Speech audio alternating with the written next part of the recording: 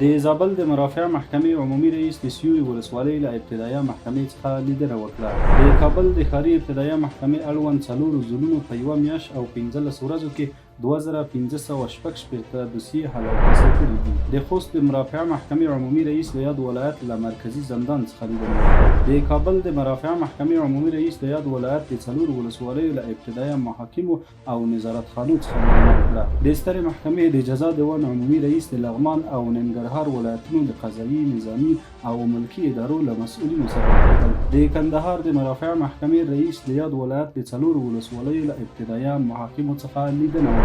د هلمند ولایت محاکمو په یوه میاشت کې د 380 دوسیو پر حل او فصل سربیره 411 وثیقې هم اجرا کړي دي. د کندهار ښاري ابتدایه محکمې په یوه میاشت کې 137 دوسیې حل او فصل کړي دي. د هلمند د مرافع محکمې اداري غونډه ترسره شوه. د سترې محکمې د جزا دیوان عمومي رئیس د کونړ ولایت د قضایي، نظامي او ملکي ادارو له مسؤلینو سره وکتل. د بلخ ولایت د عدلي او قضایي مسؤلینو ترمنځ د همغږۍ غونډه ترسره شوه. د سترې محکمې د محترم رئیس او قاضي مخزات په لارښوونه یوه پلاوي د هیواد 6 ولایتونو ته سفر وکړ. د بامیان ولایت محاکمو په یوه میاشت کې د 130 دوسیو پر حل او فصل سربیره 226 وثیقې هم اجرا کړي دي. د غور ولایت محاکمو په 2 اونیو کې د 115 دوسیو پر حل او فصل سربیره 114 وثیقې هم اجرا کړي دي. د فاریاب ولایت محاکمو په 2 اونیو کې د 346 دوسیو پر حل او فصل سربیره 343 وثیقې هم اجرا کړي دي. د بغلان ولایت محاکمو په 2 اونیو کې د 400 دوسیو پر حل او فصل سربیره